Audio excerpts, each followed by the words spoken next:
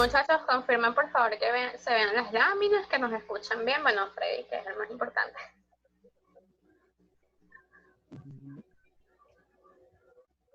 Tuvieron un preview de anécdotas mientras esperábamos. Entradas tardes a la universidad. Esto es para que se sintieran en confianza, ¿saben? Para que tuviesen la experiencia full. Así como llegaba tarde a la universidad, bueno, empieza clase la tarde de hoy. Empieza tarde la clase de hoy. No, mira, yo me acuerdo también que también los estudiantes se asustaban porque llegaban y me decían, y vamos a ver todo el contenido, y profesor, yo, sí, claro, en 2 horas eso está listo. Fred era malo, muchacho. No, mentira, Fred era muy bueno. Mira, Fred, ya podemos empezar la clase.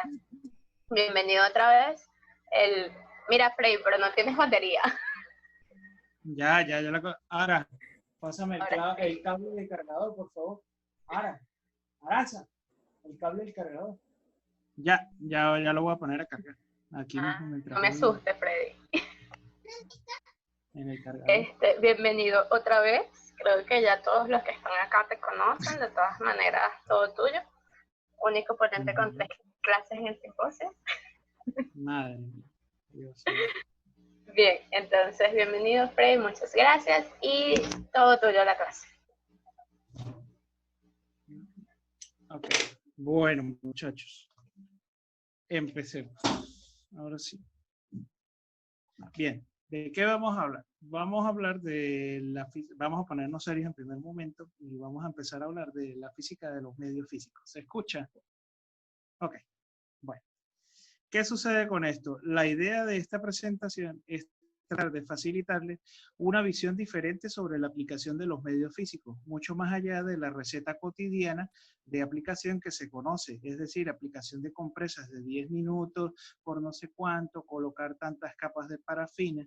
En realidad, la revisión de esta presentación es tratar de, como lo estaba diciendo anteriormente, de cambiar la visión. Es más o menos qué es lo que hace el medio físico cuando es aplicado a nuestro cuerpo.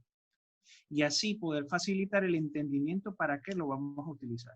Una vez logrado este razonamiento, se facilitará el proceso de aplicación. Bien. Para poder entender, primero que todo, lo que es la parte de agente físico, se hace necesario el entendimiento de la reparación tisular. Básicamente, no queremos en profundizar lo que es la reparación tisular, porque si no, prácticamente se nos iría toda la clase hablando de reparación tisular, pero sí podemos tocar puntos esenciales de ello. Lo primero que yo les pido a ustedes es que dejemos de pensar en la reparación tisular tal cual como nos las enseñaron. Está más que entendido que son 3 fases y algunas personas le agregan otras más que ya las voy a explicar en este momento. Pero ¿a qué me refiero yo con esto? Aparte que a nosotros nos dicen, bueno, tenemos una fase inflamatoria, una fase proliferativa, una fase de remodelación, en realidad el proceso de reparación tisular debe ser visto desde un punto de vista inmunológico.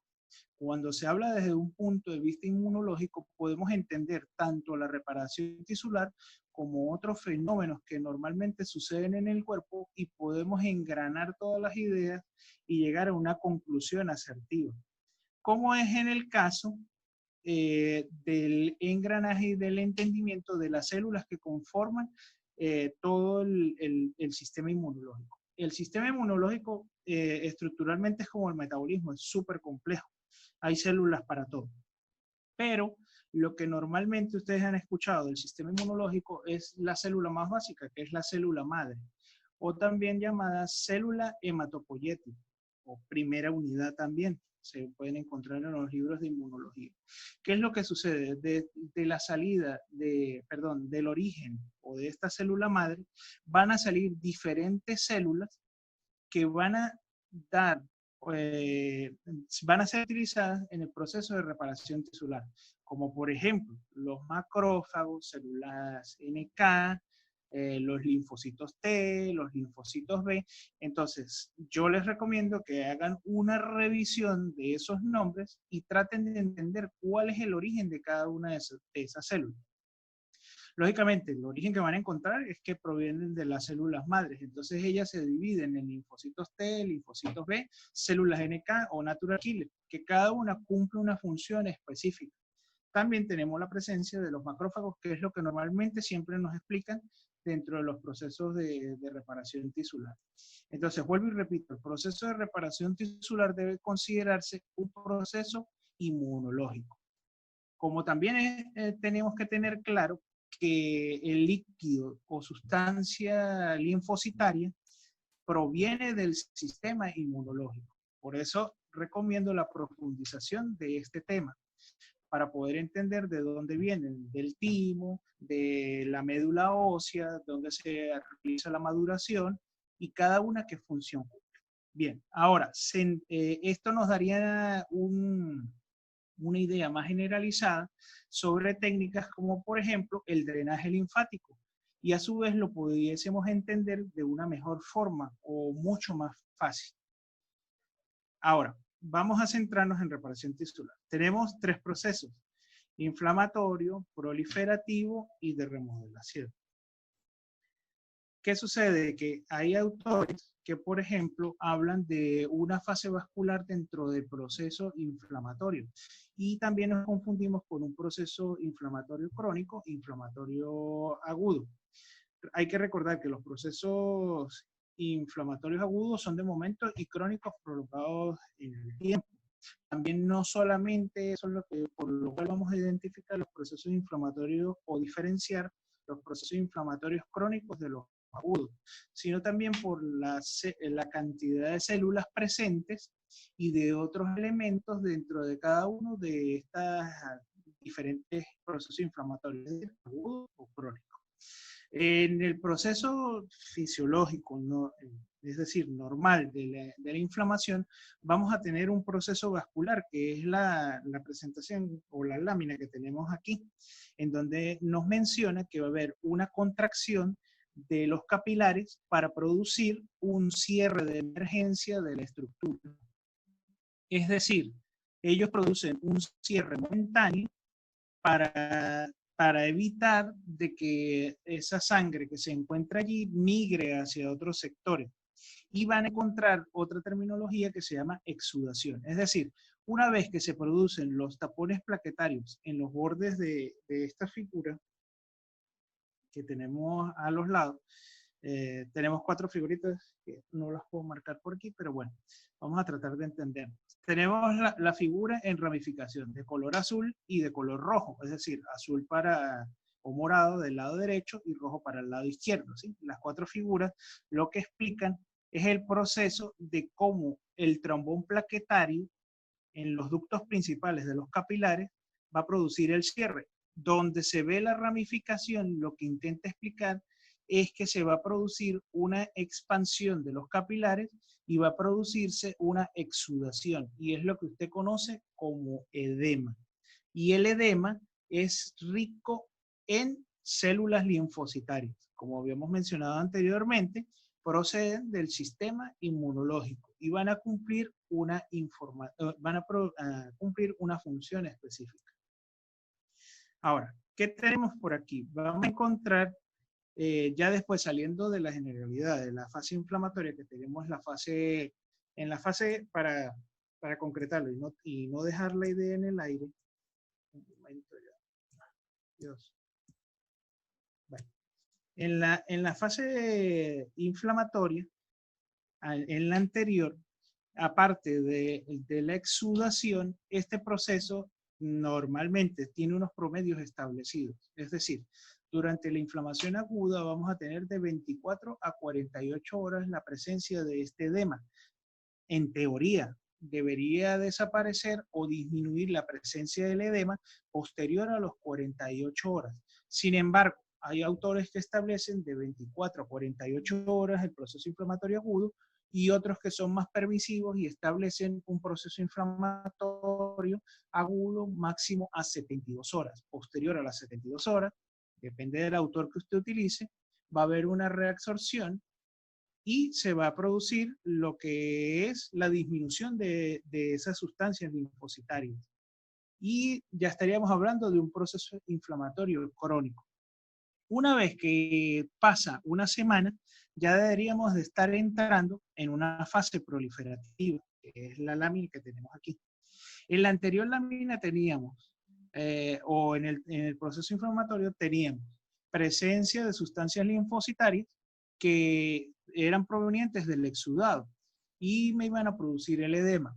Ya una vez pasado el proceso de inflamación aguda y crónica, va a suceder que van a haber unas células que se llaman macrófagos y van a empezar a absorber todos los desechos que se encuentran circundantes en la zona lesionada. Una vez que esto sucede, van a empezar a aparecer ciertas fibras de colágeno. Estas fibras de colágeno, que es la lámina que aparece aquí, proliferativa, por eso se llama así la segunda fase, porque proliferan los puentes de colágeno dentro de la estructura lesionada. ¿Qué es determinante en este proceso de reparación tisular y que siempre hago hincapié tanto cuando da clase como ahorita en este momento? Que se debe prestar suma atención sobre todo a la segunda fase por su importancia en el orden de estos puentes de colágeno. Recordemos que si el entrecruzamiento de los puentes de colágeno cicatriza de manera desordenada, vamos a tener algo a nivel macro que se denomina adherencia. Y esta adherencia nos va a traer una restricción del tejido, generando una disfunción. Es por ello que las fases de reparación tisular también se asocian a los procesos descritos por la CIF. Pero primero, antes de dar el repaso de ello, voy a terminar de hablar de los procesos de reparación para no dispersar. Entonces, en esta lámina tenemos los puentes de colágeno desordenado y ellos van a tratar de entrelazarse. El objetivo del terapeuta en esta fase, del fisioterapeuta, es tratar de que esos puentes de colágeno se alineen de tal manera que la cicatriz disminuya la cantidad de adherencia. Estaríamos hablando de la segunda semana. Ahora, en la fase de remodelación, entre la tercera y cuarta, ya tenemos una cicatriz. Fíjense bien que en el cuadro, en el bloque que aparece allí de tejido, podemos observar que en la parte de abajo de la cicatriz ya el tejido está reestructurado y regenerado, pero la parte de arriba todavía continúa con una remodelación o con un acomodamiento de esos tejidos. Es decir, que en el proceso de curación lo vamos a ver desde adentro hacia afuera, que es el proceso natural. Ahora, estaremos hablando de la tercera, cuarta semana. Vamos ahora a entender cómo algunos autores también lo dividen de acuerdo a la CIF. Recordemos que habían unas tablas que se enseñaron en la universidad que decían fase de protección, fase de inicio de la función y fase de activación a la función. Algunos lo denominaban así. ¿Qué indicaba esto? Esto nos indicaba de que debíamos de generar ciertas pausas en cada procedimiento. En la primera fase deberíamos de trabajar el edema, que es lógicamente la primera semana. En la segunda semana deberíamos de iniciar, como algunos también lo mencionan, movimientos controlados, que también lo denominaban así. Y en la tercera fase se hacía mención en la parte de vuelta a la función. Es decir, que entre la tercera y la cuarta semana, pensando en base a reparación de tejidos, nos daremos cuenta que podemos aplicar ejercicios ya pensando, en este caso, si es una cicatriz o un tejido que estamos reparando, darle tensión a ese tejido pensando en el reordenamiento de estas fibras de colágeno. Ahora, vamos a entrar en materia. ¿Por qué inicié con reparación de tejidos? Porque antes de entrar en lo que es la parte física, se ha hecho mención a artículos sobre la aplicación del frío para procesos inflamatorios como prohibiéndolos también. Por ejemplo, el científico que desarrolló la técnica de aplicación Price, protección, elevación y colocación de hielo, esa persona decía que debía aplicarse hielo sobre la superficie lesionada en una fase aguda inflamatoria con elevación y compresión. Eso es lo que indica la teoría, pero ya este modelo ya cambió. El mismo científico que hizo estas pruebas y estudió este procedimiento está haciendo mención de que el proceso de reparación tisular debe ser respetado porque es un proceso natural.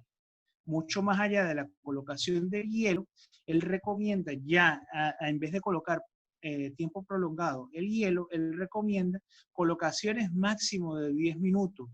Sin embargo, indica de que se están haciendo revisiones con referencia al tiempo, recordando que la aplicación del hielo tiene también un efecto tanto vasodilatador como vasoconstrictor. Ahora, ¿es frío o es calor? Hay que tratar de entender estos términos para poder saber. En principio, la denominación frío no existe. ¿Por qué? Porque cuando se busca la denominación de frío en física, encontramos que frío es la ausencia de calor. De igual forma, cuando se habla de oscuridad, para que lo tenga presente en física, se indica que es la ausencia de luz. Pero frío, frío como tal, no existe. ¿Cómo lo vamos a ver? Vamos a ver aquí. ¿Qué sucede? Aquí en este diagrama podemos ver que tenemos calor del lado izquierdo y aparentemente frío, o lo que usted conocía, del lado derecho. Ahora, ¿hacia dónde se transfiere la energía? Cuando nosotros colocamos una compresa fría sobre el cuerpo, tendemos a pensar de que no, bueno, yo le voy a colocar el frío al individuo o al paciente sobre la rodilla para enfriarle la estructura o la rodilla donde la vaya a colocar. Pero es caso contrario, la mentalidad debe de apuntar hacia otro lado, porque siempre, siempre el calor se va a transferir hacia el frío. Es decir, que cuando usted coloca una compresa fría sobre una rodilla que tiene un proceso inflamatorio agudo, esta energía calórica o energía calórica se va a transferir de la rodilla a la compresa. Y es por esa razón de que la compresa fría pierde su temperatura, porque existe una transferencia. ¿Qué pasa? Llega un momento que se estabiliza el modelo físico y ya no va a haber más transferencia de energía y se pierde la eficacia de la aplicación de la compresa. Jamás y nunca debe pensarse de que yo voy a transferir frío a la estructura porque es imposible, ya lo dicen lo físico y está estudiado así. Ahora, ¿qué pasa a nivel molecular? Fíjense bien, tenemos del lado izquierdo alta temperatura y tenemos equilibrio térmico. En el equilibrio térmico era lo que les mencionaba, que llegaba a un punto en que las moléculas no se movían. La transferencia neta de calor ha cesado. No hay desplazamiento de calor a frío, sino ya está equilibrado. Es decir, que la misma temperatura que tiene la rodilla la tiene la compresa que anteriormente estaba fría o tenía baja temperatura, que es el término correcto. Ahora, del lado izquierdo que estamos viendo aquí dice que hay transferencia de calor, pero va a haber un aceleramiento o una aceleración de moléculas. Y este choque de moléculas, dependiendo de la intensidad de la energía, va a ser más violento. Y lo vamos a observar en otros agentes físicos que son considerados de calor. Ahora, aquí en este diagrama vemos de izquierda a derecha menor temperatura. Fíjense bien que cada punto indica una estabilización de la temperatura. En el medio vamos a ver que está un poco más desordenado y más disperso en la derecha. Y abajo de ello nos indica que el más estable es el sólido, porque es el más compacto, no hay movimiento molecular. En el líquido es mucho más disperso y en el gaseoso más disperso de lo normal. Bien, ahora, para producir este movimiento nos indica una flecha abajo de color amarillo hacia verde que debe de haber un aumento de esta energía cinética, de acuerdo a la aplicación de alta energía sobre la estructura que se está tratando. Bien. Otro de los elementos que tiene que tener presente, ya hablando de movimiento molecular, tenemos que entender que también, debemos de pensar a nivel de átomo. Entonces empezamos a hablar del espectro electromagnético. Fíjense bien que en el espectro electromagnético es muy importante porque nos indica a nosotros cuál es la banda visible de luz. Fíjense bien en la parte de la banda visible de luz que nos dice 500, 600, 400, 500, 600 y 700 hasta el rojo. En ese espectro de 600 a 700, normalmente usted siempre ha leído o le han dicho de que lógicamente es un espectro visible, va a encontrar la serie de infrarrojos, mucho más allá también, porque de 700 a 800 establecen algunos autores. Y es visible porque se encuentra dentro de este espectro. Ahora, si miramos por arriba de la banda visible, en donde dice 10-6, vemos el desplazamiento de la onda y vemos un agrupamiento. A medida que ella va aumentando, su agrupamiento va a ser mayor. Es decir, que este desplazamiento lo denominamos longitud de onda. Ya lo vamos a explicar más adelante. De acuerdo a ello va a tener un efecto sobre nuestro cuerpo y también sobre el agrupamiento de estas estructuras a nivel físico. Es decir, que volviendo en donde dice en el cuadro rayos gamma, rayos... Oh, se me fue. Dios. Ok. Donde decía rayos gamma, aquí dice rayos gamma, rayos X, ultravioleta, visible cercano, medio, infrarrojo y térmico, podemos darnos cuenta que tenemos desde los rayos más invisibles hasta la parte visible y mucho más allá de acuerdo a la longitud de onda. ¿Bien? ¿Qué nos dice la longitud de onda?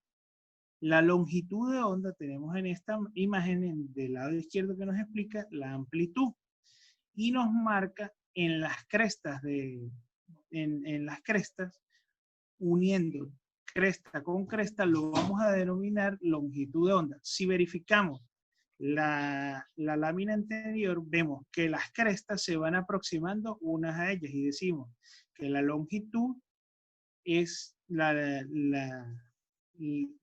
que la longitud es más cercana, la longitud de esta onda. Tenemos en esta lámina la presencia de frecuencia y los periodos que van a estar determinados por tiempo. Ahora, cuando hablamos de longitud de onda, voy a volver nuevamente a la lámina que está aquí atrás. Si me lo permite. Ok. Fíjense bien el agrupamiento de estas ondas en el espacio a medida que van aumentando. Bien. Cuando hablamos de ultrasonido, onda sónica, podemos darnos cuenta que del lado izquierdo tenemos un cabezal de 3 MHz y del lado derecho tenemos un cabezal de 1 MHz. ¿Sí? Estos megahertz nos van a determinar dentro del cabezal la longitud de onda. Fíjense bien que la longitud de onda es determinante para la aplicación porque nos va a dar profundidad. El ejemplo que siempre yo doy para esto es que en el caso de la longitud de onda de 3 MHz, va a ser mayor la longitud de onda y la separación entre onda y onda, y va a ser absorbida solamente por la superficie del tejido, mientras que la de 1 MHz van a ser más próximas las longitudes de onda de ella y va a haber mayor penetración. El ejemplo que yo siempre daba de ello es que, por ejemplo, un individuo que va para un concierto, pongamos de rock, se coloca enfrente de una corneta y siempre va a sentir las pulsaciones del bajo golpeando su cuerpo, el boom, boom, boom, boom. Es decir, que pudiésemos hablar que las longitudes de onda del bajo son son más amplias, perdón. Vamos a tratar de compararlos con los 3 MHz para que tengan una idea. Y, por ejemplo, instrumentos de sonido agudo van a tener una aproximación de longitud de onda que podemos asociar a 1 MHz. Sin embargo, estas modificaciones dentro del equipo de ultrasonido, conociendo esto, podemos generar unas modificaciones acertadas para lograr mayor profundidad, pero teniendo cuidado. Porque, por ejemplo, yo tengo 3 MHz, sé que el cabezal viene programado en esa longitud de onda y yo ya sé que es superficial. Él solamente va a penetrar 2 centímetros, ¿verdad? Pero esto va a depender de la modificación de la potencia, recordando que la potencia solamente nos hace referencia a trabajo mecánico. Recuerde que cuando usted mueve la perilla va a hablar en vatios sobre centímetro cuadrado, en donde se indica que por cada centímetro cuadrado está aplicando tantos vatios, ¿sí? Es decir, que por ejemplo, si yo voy a trabajar la piel, una cicatriz, una adherencia superficial, puedo utilizar un cabezal de 3 MHz con una potencia de 0.5, 0.8 o 1 vatio sobre centímetro cuadrado. No hay ningún inconveniente, pero ahí se absorbe. Si yo quiero con ese cabezal de 3 MHz llegar más profundo, sigo aumentando la potencia de ese cabezal a 2, 3, 4 vatios sobre centímetros cuadrados. Sin embargo, la acumulación de energía en la superficie va a ser mayor y es posible que me produzca una quemadura. Si usted movía el cabezal de manera suave con una potencia 0.5 a 0.1, si la tienen 4 o 5 y sigue subiendo, tiene que mover el cabezal un poco más rápido porque la concentración de energía sobre la superficie va a ser mayor. Caso que no sucede con el cabezal de 1 MHz. Por eso es que normalmente se recomienda al principio comprar un cabezal de 1 MHz, porque el cabezal que viene con longitud de onda de 1 MHz, usted puede aplicarlo tanto en la superficie como en la profundidad.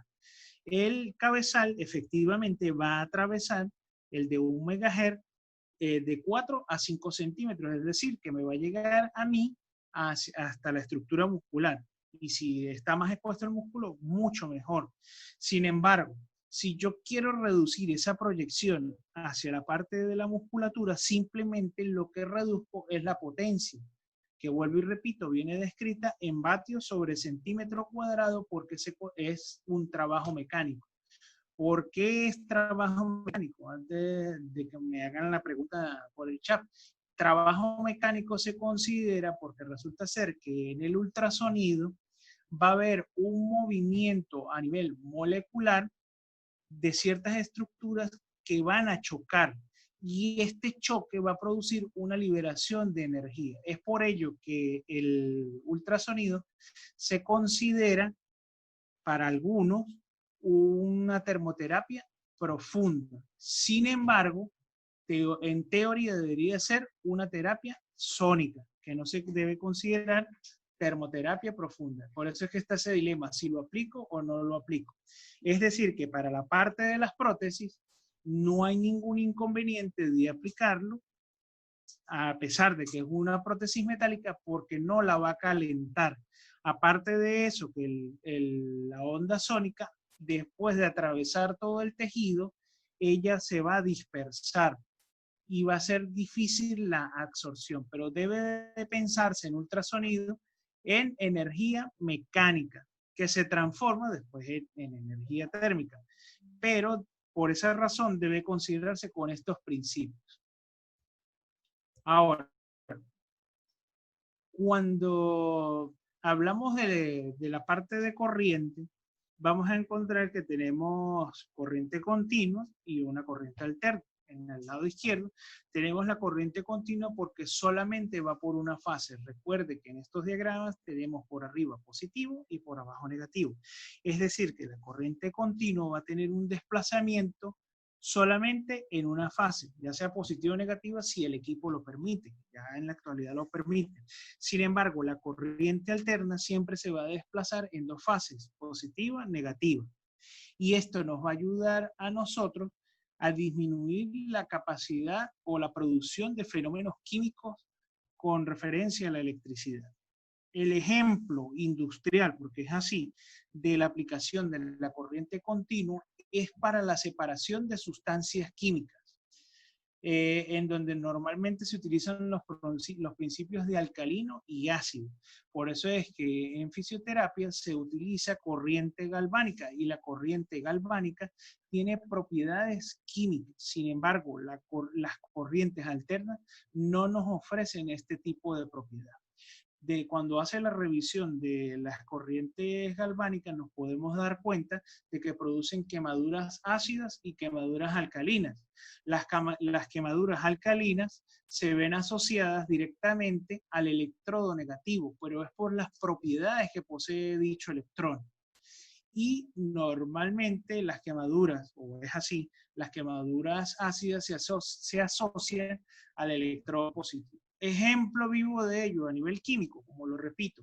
Por ejemplo, cuando usted revisa la química de bachillerato, se puede dar cuenta que las sales están conformadas normalmente electrónicamente negativas cuando se produce la sal, mientras que los ácidos tienen el hidrógeno con carga positiva.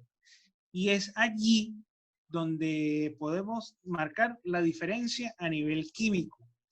Ejemplo un poco más amplio. Imaginemos un maratonista corriendo con una bolsa de sal en medio de las piernas. ¿Por qué coloco este ejemplo? Porque así podemos entender o darnos cuenta que a futuro, si el maratonista sigue corriendo con esa bolsa de sal en medio de las piernas, va a producir una quemadura. ¿Pero qué tipo de quemadura es? Una quemadura alcalina, no es una quemadura ácida, para que tengan una idea a nivel químico de que los elementos alcalinos queman y está descrito así.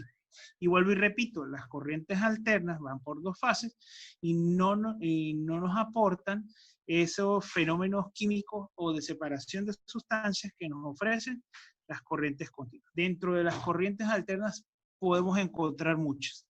Mira, podemos encontrar las corrientes TENS, que son corrientes bifásicas asimétricas compensadas, no compensadas, de acuerdo a la forma de onda.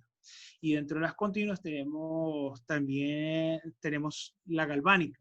¿Qué confusión hay? Por ejemplo, que las galvánicas, para disminuir las propiedades de separación química o las propiedades químicas que nos aportan a los tejidos, se ha buscado la forma de utilizar corrientes galvánicas interrumpidas, como por ejemplo la corriente Traver, que es una corriente que se utiliza con parámetros de analgesia.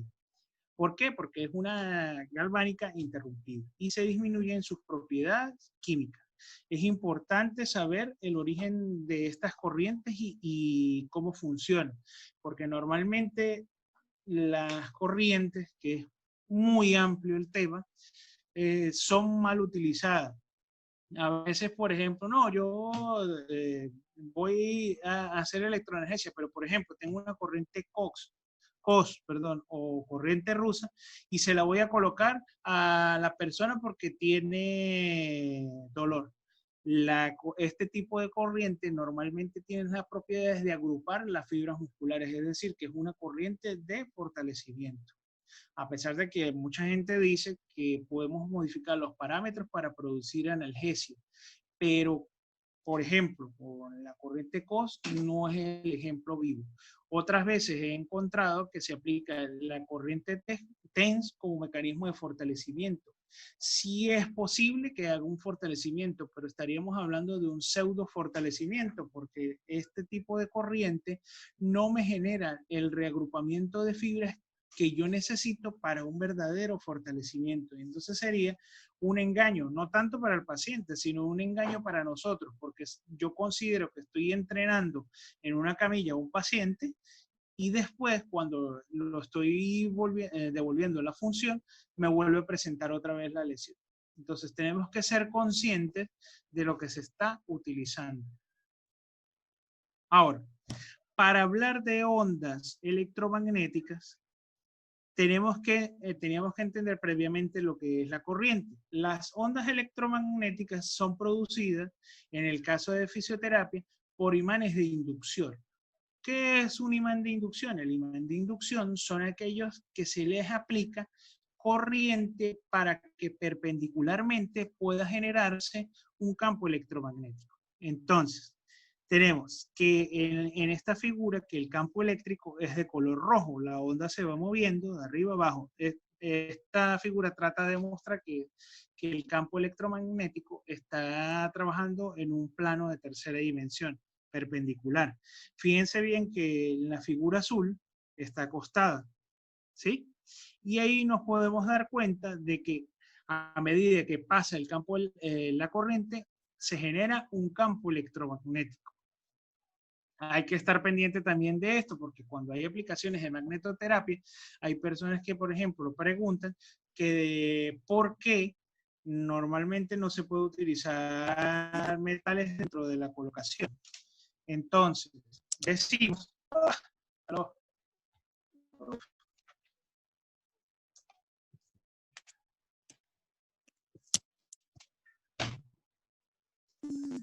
Arancha, te voy a matar. Descargaste la tabla.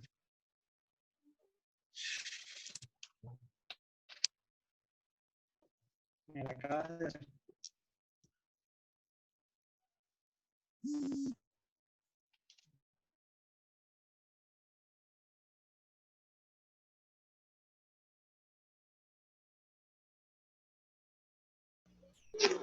Aló, Lady. Sí, Hola Inés, lo que pasa es que creo que tuve un accidente con sí, el gato. sí, yo se estaba escuchando. Esperemos a ver un momento.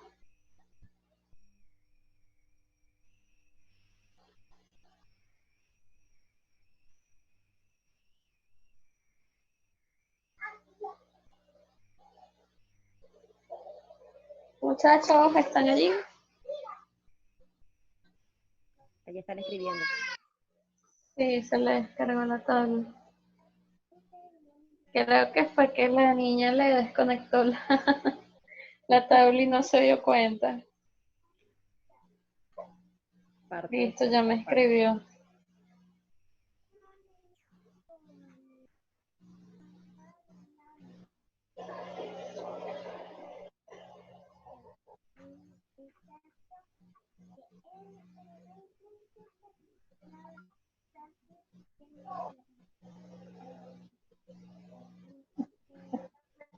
Muchachos, ustedes saben que cuando pasan este tipo de cosas, bueno, aquí hablando mientras esperamos por Freddy, a pasar el tiempo. Los que me conocen que yo no me callo.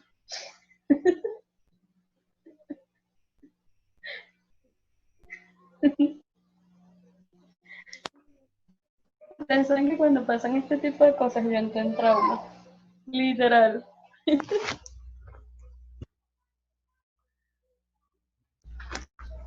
Ustedes últimamente decidí que me iba a reír y ya.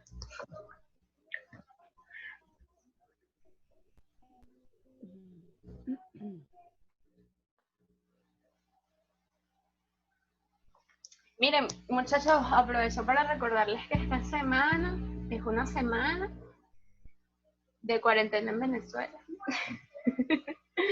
Y allá va, déjame poner la cámara. Bueno, no, estoy linda, pues estoy horrible. Que colocaras la cámara. Bueno, tú y yo también. ¿Dónde está Dagnelis? Dagnelis no. Debe estar por ahí conectada, yo la vi. Sí, yo sé que está conectada, pero. Ajá. Ella siempre se esconde. Ya comprobamos que hoy la escuchábamos. Ya llegué, vale. Ah, Hola, muchachos. No me dejan tranquila. Bueno, vamos a esperar a que Freddy se conecte de nuevo. Bueno, sí, como Inés mencionó, esta semana está full todos los días. Tenemos clase todos estos días. Mañana, si no me equivoco, es a las 2 de la tarde con Alexis Olivero. El miércoles tenemos Angélica. El jueves tenemos terapia acuática con Andrea y a las 6 de la tarde a Eric Fariña con béisbol. Vamos, eso va a Entonces, estar bueno, no se lo pierdan. esa ponencia entró debido a que en el conversatorio deportivo no abarcamos béisbol y bueno, surgió, gracias a Dios. Y El después jueves. tenemos Y Inés. el Continuamos con sábado Inés. ahí. Vaya a hornear la torta. Sí, qué Sí, lástima Nelly, que no anda. Nelly, te-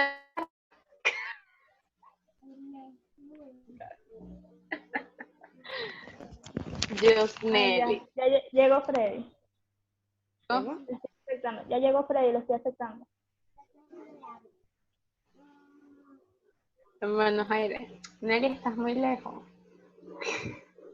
Elis está lejísimo. Yo te iba a lambucear torta, así no puedo. La gente me está poniendo presión. Eso de que es una de las clases más esperadas me estresa. ¿Verdad que sí, Angélica? Si no había sentido presión, es momento de que lo hagas. No, presión tengo, tranquila. Hay alergia por aquí, pero ahí vamos. Freddy. 3 años esperando, ajá. Ya Freddy está, muchacho. Pero me imagino que está configurando todo. Sí, vamos a esperar un poquito. Mira, Él Nelly, nos va a dice que mandar tiene 3 torta. años esperando la clase de vendaje funcional. Yo te dije que había a mí por eso. Ustedes dos en mi vida a revolucionarme.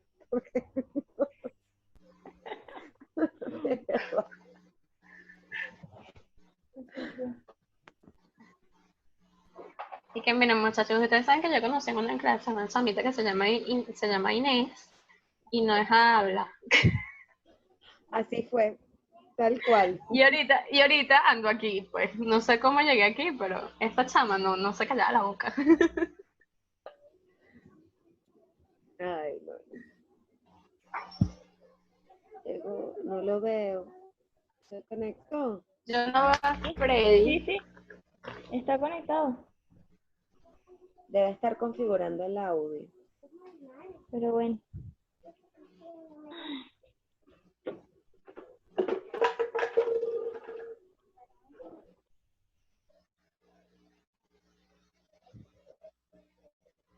Esperemos a que Atenas. Freddy nos dé una señal de vida. Atenas tiene un desorden aquí. Pero Los brutal. míos también. Hay como 70 personas viéndote, ¿viste? O sea que Ya con esto, ¿viste? mis lentes los dejé en el carro, por ahí me están preguntando. Sí, no veo bien. Los voy a ir a buscar en un rato. Créanme que el miércoles sí los voy a tener puestos. Bueno, no entiendo cómo pueden estar sin lentes. Yo ya no sé lo que es eso.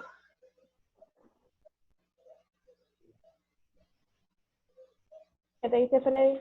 ¿Todo WhatsApp? ¿O privado? Nada. No. Hola, Freddy. Me dijo que ya se estaba conectando otra vez. Hace como 5 minutos. Pásame el host. Voy. Ah, ya está volviendo.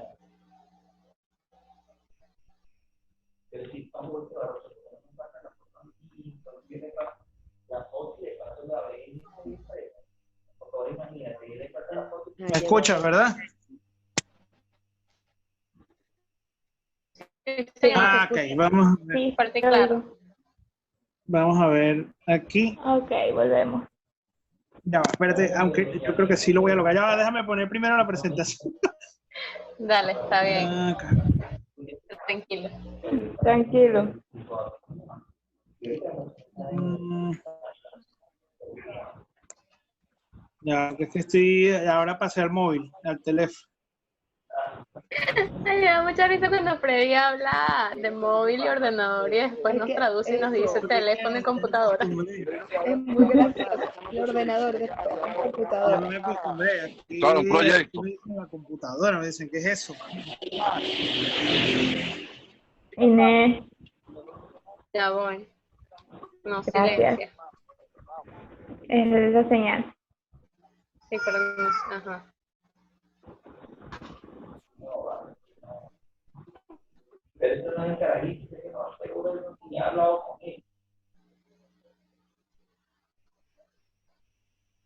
Ok. Yo creo que ahora sí. ¿Ya?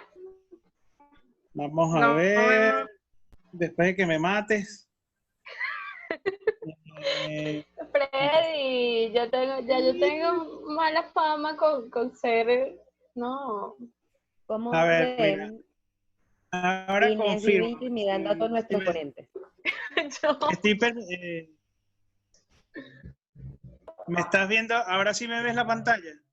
ya va. No, aún no. Está Ya va. empezando la función de compartir pantalla. Exacto. Ahora sí. Ahora sí, ahora sí. Ok, bueno, para terminar, ya va. Vamos Ya a. va, yo todavía no. Dale, Yo ya estoy está. viendo ya. Ya yo lo Ya estoy estoy. Ahorita viendo. es mi internet. Ok, Muchachos, ustedes ven. Vamos a esperar a que ellos confirmen, pues. ok.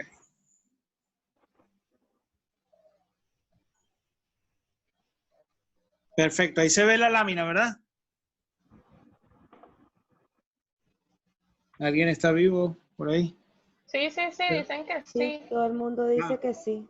Ok, Yo ok. no la veo, pues, pero dicen No que puede sí. ser. No, ya yo resuelvo, tranquilo. Ya vuelvo a entrar, me salgo y vuelvo a entrar. Ya voy. No. Cuando las cosas son en vivo. Bueno, todo tuyo. Vale. Bueno, ahora sí volvemos. Entonces, como estaba explicando, cuando hablamos de ondas electromagnéticas, hablamos que el desplazamiento de estas ondas electromagnéticas se va a dar de manera perpendicular a la colocación de la corriente eléctrica. Ahí tenemos en esta lámina el campo eléctrico de color rojo, es decir, que estamos pasando una corriente positiva a negativa, de un electrodo a otro normalmente. Y esa transmisión nos va a dar o nos va a producir un campo magnético.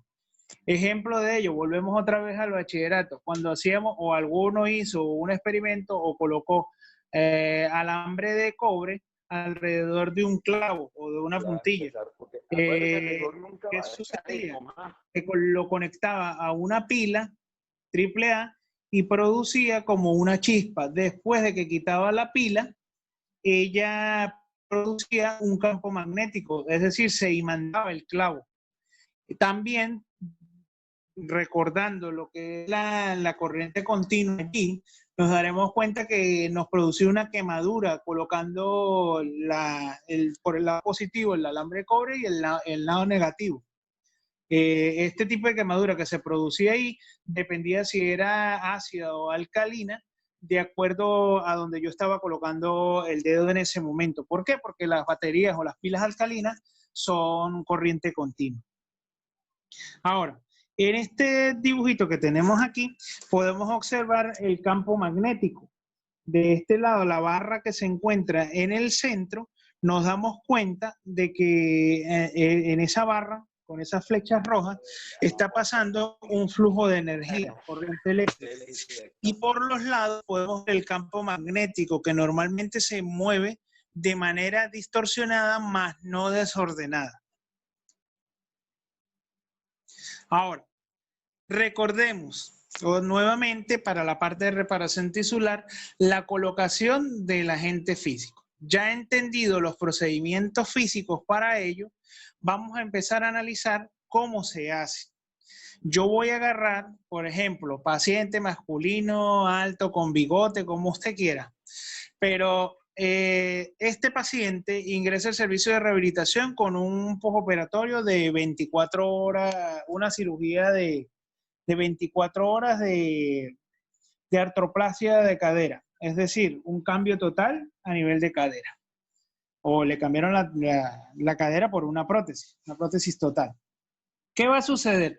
Lo que nos interesa a nosotros es los 3 procedimientos: fase de protección, fase de movimiento controlado y fase de vuelta a la función. Estas 3 fases son las que establece la CIF. Para mayor información lo pueden encontrar en el libro de Kirchner y Colby, Ejercicios Terapéuticos, de la editorial Panamericana. Allí establece todos los procedimientos de aplicación de ejercicios terapéuticos con estos parámetros. Y para el que no lo sabía, estos son los 3 procedimientos de la CIF. La CIF no es el castigo que nos muestran con la lista de códigos y los informes infinitos. Simplemente con estos 3 parámetros de aplicación de función, funcionamiento, funcionalidad, fase de protección, que es la primera fase, segunda fase, que viene siendo la fase de movimiento controlado y la fase de vuelta a la función, podemos establecer un tratamiento y un diagnóstico de acuerdo a los parámetros de función, funcionamiento y funcionalidad. Bien, volviendo a la primera semana, fase de protección, nos encontramos con la parte de reparación tisular de un proceso inflamatorio agudo. En este proceso inflamatorio agudo vamos a respetar el proceso de inflamación. Sin embargo, a pesar de que no se recomienda la aplicación de hielo prolongado, podemos colocar cantidades de hielo sobre la estructura a tratarse por la inflamación con un máximo, según lo establecen las teorías nuevas, de 10 minutos. Y teniendo en cuenta que va a tener una fase de vasoconstricción, vasodilatación, el mismo procedimiento que se conocía antes, no excederlo de allí. Bien, ¿cómo se va a colocar? Que lo coloco alrededor por la cicatriz y ese tipo de cosas. En esa fase también podemos aplicar ultrasonido. ¿Qué tipo de ultrasonido vamos a utilizar? Ya sabemos que tenemos 3 cabezales. Tenemos cabezales de 3 MHz y de 1 MHz de acuerdo a la longitud de onda. Recordando que el de 3 MHz normalmente va a estar sobre la superficie. Una vez analizado esto, podemos entender de que normalmente el líquido linfocitario o la linfa se desplaza por los conductos linfáticos, y estos conductos linfáticos son superficiales. No es necesario entonces aplicación de tanta energía para tratar este proceso inflamatorio, siempre y cuando estableciendo que en la prioridad de tratamiento para ese momento es el drenaje de sustancias linfáticas, es decir, el edema, porque no va a ser más nada. Ahora, en esta fase, no puede pensar que va a aplicar ultrasonido para reordenar el colágeno, porque el colágeno ni siquiera ha aparecido por allí. El colágeno que va a encontrar es el que está presente en la estructura normal, pero en la lesionada ni siquiera se ha empezado a reordenar. Es decir, que ya pasaríamos a la segunda fase. Para continuar, antes de pasar a la segunda fase, durante la primera fase podemos realizar posicionamientos para el drenaje, pensando siempre en que el proceso inflamatorio es un proceso del sistema inmunológico, que siempre va a generar desechos y reabsorción.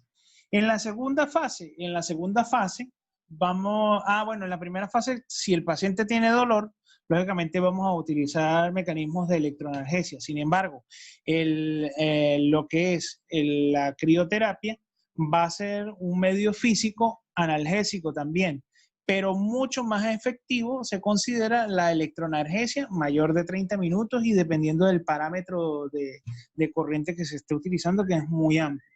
Ahora, pasando al segundo proceso, que es el proliferativo, que ya tenemos a partir de la segunda semana, y es allí donde vamos a fase de inicio o inicio de la actividad o movimiento controlado, que es la segunda fase según Kirchner y Colby.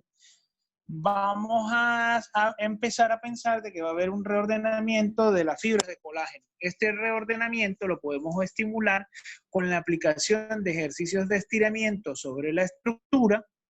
Sí, en este caso ya a una segunda semana, no vamos a estirar la parte de la prótesis, pero ya empezamos a realizar ciertos movimientos con ciertas recomendaciones para la parte de la prótesis de la cadera, según lo que establecen los parámetros de movilidad, para que la prótesis no se vaya a salir. Y empezamos a iniciar algo de carga, no una carga total, con referente a la prótesis de cadera. Utilizamos el ultrasonido también, pero ya podemos utilizar 1 MHz para tratar de estimular las fibras de colágeno un poco más profundas y poder alcanzar el objetivo que se busca, que es evitar adherencias sobre la estructura, sobre la prótesis que se está colocando, o cicatrices superficiales que me vayan a traer consecuencias disfuncionales a largo plazo. En la fase de remodelación o de vuelta a la función, que es entre la tercera y la cuarta semana, ya podemos optar por aplicación de ejercicios con carga y estiramientos, ya sea por máxima tensión. Ahora, si por ejemplo hablamos de un ligamento cruzado anterior, es interesante esto porque en la segunda fase, que es la fase proliferativa, normalmente ya va a haber ordenamiento de los puentes de colágeno en esa estructura, pero muchas veces llegan y dicen, ay profesor, pero ¿cómo, en qué momento yo voy a colocar a un paciente a caminar con una cirugía de ligamento cruzado anterior? Tiene que recordar de que todos los procesos debe de pasarlos a procesos de reparación tisular para tener mayor seguridad, teniendo en cuenta que los procesos de reparación tisular también son procesos que no son tiempos exactos. Tiene que estar constantemente evaluando. Pero en teoría, a una segunda semana ya se puede iniciar lo que se conoce como un movimiento controlado y puede iniciar los apoyos con carga y la movilidad de esa estructura que está lesionada, que este segundo ejemplo viene siendo el ligamento cruzado anterior.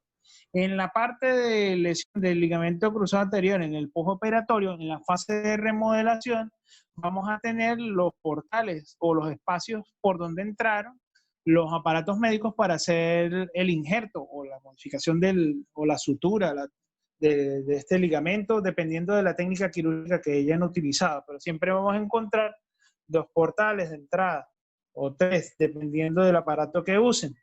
Y estos aparatos deben ser tratados, o estas cicatrices deben ser tratadas normalmente con el ultrasonido. Hay gente que indica que el ultrasonido son mecanismos placebo, pero sin embargo, la aplicación de los medios físicos siempre van a traer algún efecto. Ahora, anteriormente, mucha gente también ha mencionado que, bueno, si los agentes físicos funcionaran, ¿por qué cuando yo voy a la playa no se me quita el dolor? Porque yo me pongo debajo del sol y duro 40, 50 minutos. Sí, eso es cierto. ¿Qué es lo que sucede? Que tenemos un calor por irradiación, la característica de él es un calor por irradiación, que se absorbe normalmente sobre las superficies. Y es tanta la intensidad que solamente lo absorbe la capa más superficial de tejido, produciendo una quemadura. La conducción de energía de la piel hacia otras estructuras por debajo va a ser muy pobre. Ahora, si el agente está directamente colocado sobre la superficie de la persona o de la piel, o con un mecanismo de protección, la compresa húmeda caliente con una toalla va a tener mayor absorción. Sin embargo, los agentes físicos superficiales, como ellos mismos lo dicen, no tienen tanta absorción porque el organismo tiene mecanismos autorreguladores. La sangre no puede tener la misma temperatura que la compresa que se le está colocando. Y al colocarse esta compresa, lógicamente el cuerpo atiende que es una agresión, intenta transferir la energía para poder equilibrarlo y así no deteriorar otras estructuras. Bien, ahora, a muchos les dará risa esta imagen porque es un dato curioso. Sí, hay mujeres que están desnudas, hay otras que tienen toalla, y el hombre tiene toalla, perfecto. Pero fíjense bien dentro del error. Normalmente, ¿quién aprovecha el sauna? El sauna es un calor seco. Este tipo de calor se va a dar por convección. ¿Qué es la convección?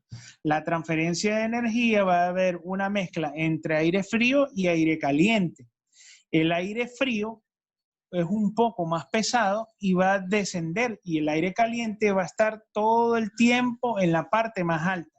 Es decir, que las personas que se encuentren en la escalera o en el peldaño más alto siempre van a tener mayor absorción de calor que las personas que se encuentran en el peldaño de abajo. Pero esto se debe a un proceso denominado convección. Ejemplo vivo de la convección, cuando por ejemplo colocamos a hervir una olla de agua caliente. Vemos las burbujas, pero sin embargo se genera un ciclo internamente en donde el flujo de agua fría se desplaza hacia el fondo de la olla, se calienta y después de manera circular asciende. Esto se denomina proceso de conducción. Ahora aquí vemos en esta imagen a un chinito o a un japonés, como lo quiere, disfrutando de su agua, muy relajadito.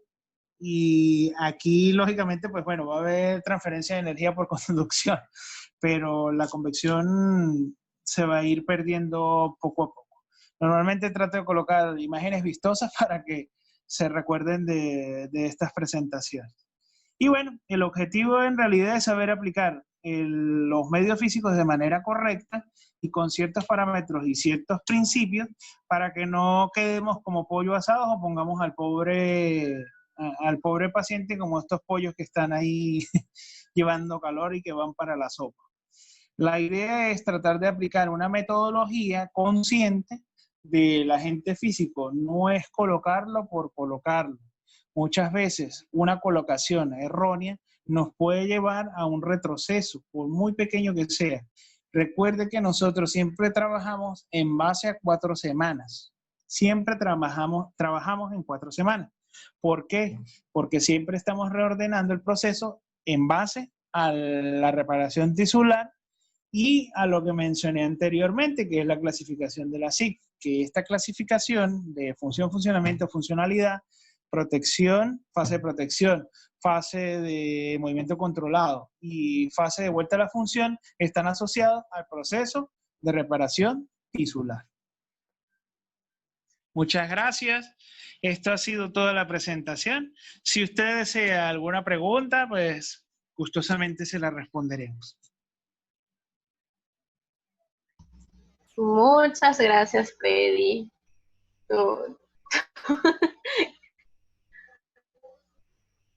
Ahora sí se ve, ¿verdad? Sí. Ah, mire, ya está. Estaba viendo. Ya me veo yo, no se ve la presentación, ¿verdad? No, ya te ves tú. Por ahí te están haciendo una pregunta. A ver, el libro. Me muero por el libro. Anote ahí. Kirchner y Colby, ejercicios terapéuticos. Editorial Panamericana. El libro está muy bueno porque el libro establece protocolos de aplicación, bueno, no tanto protocolos, sino análisis de aplicación de entrenamiento de fuerza y establece cuáles son los parámetros de fortalecimiento y indica que, por ejemplo, hay muchos parámetros de fortalecimiento, pero que todos convergen en el mismo punto. El fortalecimiento no es una ciencia exacta, es lo que indica el libro. Vamos a ver qué otra pregunta por allí, a ver por aquí. A ver, aquí, estoy trabajando en una... Ajá. Voy respondiendo. ¿Cómo se llama el libro? Ah, ok. Kirchner y Colby, ejercicios terapéuticos. Editorial Panamericana. Si está en el CULCA, en la biblioteca está. Y si está en el CUR, también en la biblioteca está. Buenas tardes. En pacientes diabéticos con parestesia en miembro inferior, ¿qué agente físico les recomiendan? Lo primero que yo voy a colocar a nivel de parestesia, o bueno, no es colocar, es tener cuidado con la aplicación, por ejemplo, del calor, sobre todo. ¿Qué es lo que pasa? Yo lo puedo colocar. Me dices que tiene parestesia, pero que no tiene anestesia. ¿Qué diferencia? Que la anestesia es que no siente nada. La parestesia viene siendo una sensación de hormigueo. Primero tengo que verificar cuál es el origen de la parestesia, porque ¿qué sucede? El paciente es diabético, pero la diabetes me puede producir la parestesia como no me la puede producir. Tiene que buscar el fenómeno de origen de esa parestesia. Si es una compresión radicular, bueno, perfectamente. Yo trabajaría primero en la liberación de la estructura y después yo me dedicaría a aplicar agentes físicos. Sin embargo, para mejorar la conducción, se recomienda la aplicación de hielo en pinceladas. Ya lo establece las técnicas de Rupp, que son técnicas neurológicas, pincelados y cepillados. Es decir, que el hielo es recomendable. El calor también es recomendable, o técnicas de contraste, utilizar frío, calor, pero tienes que tener cuidado por si esa parestesia se traduce en una disminución máxima de la sensibilidad y puede producir una quemadura. ¿Cómo lo sabes? El paciente puede decir que no le quema, pero de acuerdo al eritema o al enrojecimiento que se produce en la superficie, puede sacar usted la conclusión. Es decir, que la observación es determinante mientras se atiende al paciente. Esa parte, a ver, ya voy aquí. Dice aquí, ¿cómo se llama el libro? ¿Qué? El que mencionaste 2 veces, por favor, Kirchner y Colby. Pacientes diabéticos, creo que ya está respondida. ¿Podría hablar de la aplicación de ultrasonido en prótesis totales? La aplicación de ultrasonido en prótesis totales no está absolutamente contraindicada. Y si no me equivoco, busques el libro Analgesia por medios físicos y allí le va a aparecer en la parte de ultrasonido que se puede aplicar para prótesis totales, que no va a haber calentamiento de la prótesis. ¿Por qué? Porque usted está moviendo el cabezal y tiene que pensarlo como una terapia de efecto mecánico. Que la alta intensidad va a producir concentración de energía y va a producir calor, sí, pero si usted mueve el cabezal, no puede llegar al punto de calentar la prótesis, es prácticamente imposible. Y si la prótesis está profunda, más imposible porque a medida que se va transfiriendo la onda desde el cabezal al cuerpo, a medida que va atravesando capas, se va dispersando la onda. Y tenemos también fluidos internamente que jamás y nunca van a permitir que hierva la prótesis. Es imposible teóricamente. ¿Cuál es para usted el agente físico más efectivo o el que tiene más efecto analgésico? Pues fíjese, en la universidad nos enseñan un abanico de utilización de agente físico. No se trata de saber cuál es el más efectivo, solamente se trata de saber cuál agente físico adapto yo al paciente. Porque hay pacientes que, por ejemplo, no toleran el hielo. Como hay pacientes que, mira, le tienen miedo a la corriente, no le puedo colocar corriente. Entonces, recuerda que usted tiene que adaptar el agente al paciente, no el paciente al agente, porque si no, el paciente va a sentir una predisposición y el factor psicológico es determinante para la recuperación del paciente. Ahora, teóricamente, el más efectivo analgésicamente es la corriente. En este caso, el TENS, que es la que más pruebas y análisis tiene. Sin embargo, hay muchas corrientes. A mí, por ejemplo, me gusta la interferencial, pero si no lo tengo, trabajo con el TENS. Es decir, vuelvo y repito, no hay un agente físico 100% fiable porque también hablamos de la evidencia, que han demostrado muchas veces que no hay tanta evidencia o análisis estadísticos de que los agentes físicos sean efectivos. Sin embargo, se está trabajando en ello para tratar de mejorar esas evidencias y demostrar de que el agente físico puede ser muchas veces mejor que la aplicación de ciertos medicamentos o elementos químicos, dependiendo en este caso de los medicamentos, pero dependiendo también de otros elementos que se utilicen. ¿En qué parte? En esa parte no se escucha bien. Ok. Profe, ¿qué opina de la terapia de contraste? La terapia de contraste es eficaz, pero vuelvo y te repito, depende de lo que tú vayas a buscar, porque con el hielo tienes vasodilatación y vasoconstricción, pero tienes la limitante que no debes aplicarlo mayor de 10 minutos. Si vemos estos cambios de temperatura mucho más bruscos, vemos una máxima contracción de las estructuras, tejido y disminución de la viscosidad con el frío, mientras que con el calor vemos una disminución de la viscosidad y movimiento de fluido y que nos va a favorecer ese cambio agresivo. También para tratamientos de personas que tienen parestesia, yo recomendaría contraste, porque estos cambios bruscos buscan la readaptación del sistema nervioso de los receptores, de los esteroreceptores. ¿Por qué? Porque el cuerpo, como tiene una parestesia, lo va a identificar todo como una agresión. Este cambio de frío-calor, frío-calor, frío-calor, y nos va a facilitar a nosotros el procedimiento de terapia hacia ese tipo de pacientes. Preguntas, dos preguntas. ¿Quién más quiere preguntar?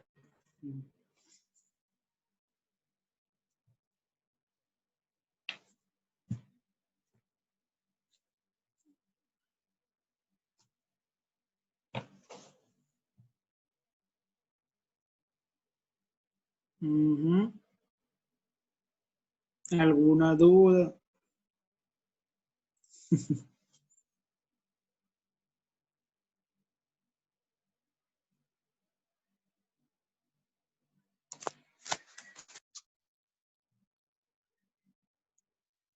No, siempre a la orden.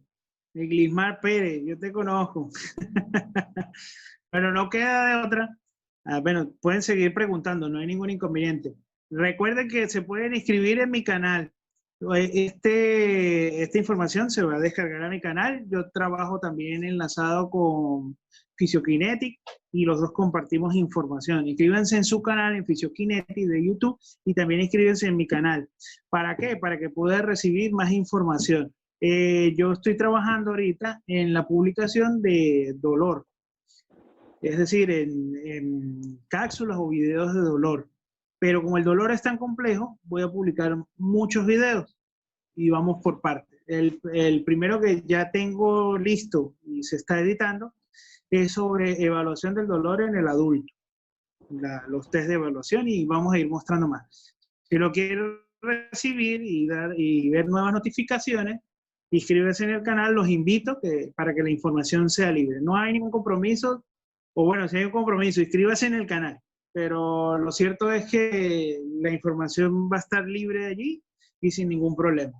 Lo que necesite, si necesitan algún tema extra o alguna información o una clase con alguna duda, me lo hace llegar al correo physioclick1@gmail.com y yo allí, revisando esta información, puedo montar algún video en el canal de lo que usted no entiende, de lo que usted quiera saber o se lo perdió en la universidad.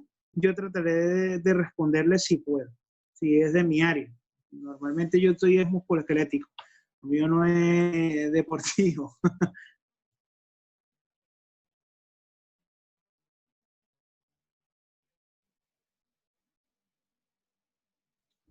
Excelente, Freddy, estuvo grandiosa esa presentación.